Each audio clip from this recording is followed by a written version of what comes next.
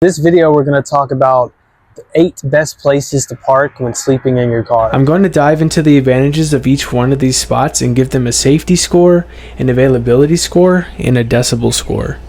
Let me know in the comments if you have any spots that you frequent that work well for you, because I'm always trying to learn new things. One thing I do want to mention is that none of these are in any particular order. It's all just based on what you have near you. The first spot we have is Walmart. Although it may be a cliche and borderline overused, I would still consider it a solid option if your choices are limited. Some benefits to Walmart include large parking lots, which can be beneficial due to the fact that you can distance yourself from other vehicles, which is something that you can't do in other spots mentioned in this video.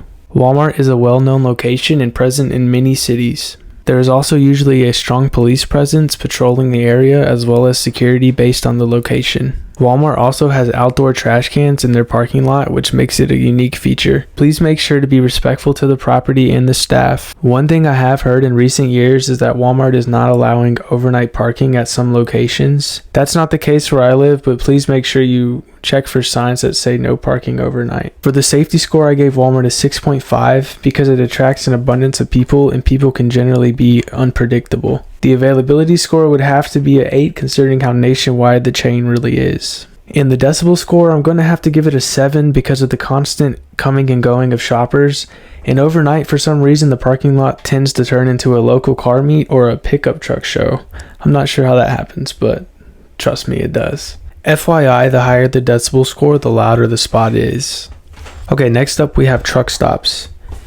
And I don't necessarily mean gas stations. Truck stops tend to be larger and busier to accommodate the amount of semi-trucks and traffic coming and going. Truck stops are pretty much gas stations on steroids. They offer bathroom, shower, and even sometimes laundry services at their locations. Another thing to recognize is that they also have fresh food and supplies for the road. Them being open 24/7, coupled with the fact that there are many other people sleeping in vehicles around you, makes truck stops a solid choice to spend the night at. Just be sure to not park in any spots designated for semi-truck drivers, because that probably won't end on a happy note. These places usually have larger than normal parking lots, so finding a space for your car won't be challenging. The safety score for truck stops, I chose a 6.5. The reason for this is because at night there tends to be an array of nefarious ongoing activities, if you know what I mean. But all jokes aside, this has never affected me personally, but due to the close proximity, I can't totally rule out any potential incidents. As for the availability score, I gave it a 7.5 because generally these places are pretty easy to find unless you live in a really small town. Now the decibel score, I gave it an 8, which is pretty loud, but when you factor in the low rumble of diesel engines, the sound of air brakes, and just the general commotion going on around you, it all makes sense. If you're a light sleeper, this may not be the spot for you, but for me it all just turns into ambient noise and I just drift off. The next spot we have is 24-hour gyms. Chances are, if you're living in your car, you shower at the gym or at least have a gym membership, which makes it a perfect spot to stay the night. Some upsides to the gym include shower and bathroom facilities.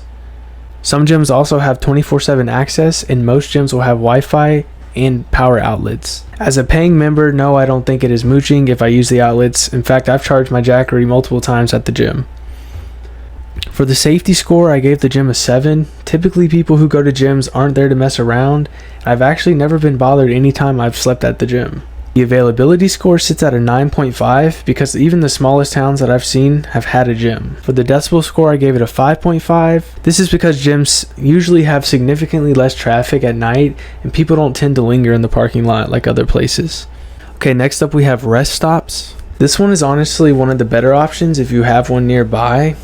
Usually located off a major highway, the thing that makes these great is that they are designed for rest, hence the name. There's usually a 12-hour parking limit at most rest stops based on my experience. They also usually have bathroom facilities, and most of the time they have vending machines as well for quick snacks. There's also a police presence here. Usually state troopers make their rounds every so often from what I've noticed. For the safety score, I gave rest stops a 6.5. This is because them being a transient spot and located off the highway for a quick getaway, it makes rest stops a potential target for crime. This has never happened in my experience, but you do want to be mindful of the possibilities. The availability score would be a 5 simply because of the fact that these are not as prevalent as some other spots on this list. Usually they're off the highway like I said, or when you cross over into a new state. The decibel score, however, I would say is a 5.5, which is pretty low for my list. It's relatively quiet. Most people don't actually park for that long. Usually they just stop to use the bathroom, stretch their legs, and maybe eat something real quick. But if you park away from the bathrooms, it should be pretty peaceful. This next place is actually my favorite option on the entire list. Hotels are great because you have the ability to blend in if you aren't drawing attention to yourself. They're usually full of foreign people to your town, so nobody can really study your habits. They have adequate lighting and security cameras, and some hotels even have designated overnight parking spots for nomadic travelers. This is rare though, so if you don't see those kind of spots, just don't be obnoxious and you should be fine. For the safety score, I gave hotels a 7.5. Unless you choose a sketchy one, hotels are usually pretty safe. The availability score would be a 9. This is because hotels are one of the most common places in the country. I mean, to be honest, I can't even think of many towns that don't have some sort of hotel. The decibel score would be a 4.5. I know this is pretty low. I did that because usually at night there's less people checking in and less overall activity. Up next we have hospitals. Personally, I like to park here occasionally because I always try to switch up the spots that I sleep at. Some benefits to sleeping at a hospital are that you're surrounded by medical professionals. There's constant activity, which means there will be less attention to get focused on you. And they also have security cameras and security guards as well. For the safety score, I gave it a 10, which I think goes without saying. The availability score would be a 6. Some towns don't have a large enough population to sustain a hospital, so if you're in a small town, you might not have one. And the decibel score would be a 7.5 due to the constant activity and the occasional ambulance. Now we have the most available option of them all, which is off-street parking. This spot consists of two main elements, which are widespread availability and the ability to blend in. The safety score would have to be a 6 because you are on the side of the road, which makes you a little more vulnerable to passerbys. And the availability score is definitely a 10, which is the only one on this list that has that score. It should be possible to find a street somewhere to park on no matter where you're at. The decimal score would be a 7, considering the unpredictable nature. Anybody can just drive by at a second's notice and make noise. On this list is probably the most desired but yet the most hard to come by. And that is land from the Bureau of Land Management. Basically, this is public land that you can camp on for free. This enables you to be in tune with nature, have privacy you won't be able to get anywhere else, enjoy peace and quiet, and have plenty of space. The safety score would have to be a 6.5 because you are secluded, so you face the risk of someone approaching you out there or an animal attack. The availability score would be a measly 2, simply because of the lack of land there is to go around. As you can see on the map, the bulk of available land is on the western part of the country, so just do some research and see what there is near you. The decibel score would be a 2.5, being the lowest on the list.